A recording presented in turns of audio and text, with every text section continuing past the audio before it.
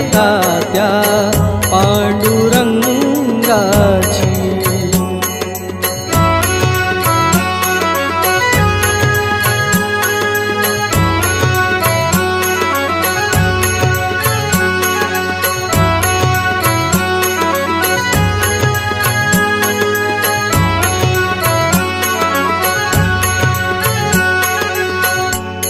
मनोभावे भजन कर तू प्रभूच्या लाग चरणाला.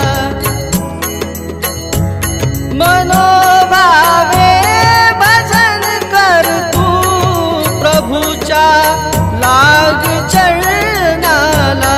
प्रभूच्या लाग चरणाला करून घे भक्तीने शुद्धी तुझ्या त्या अंतरंगाची.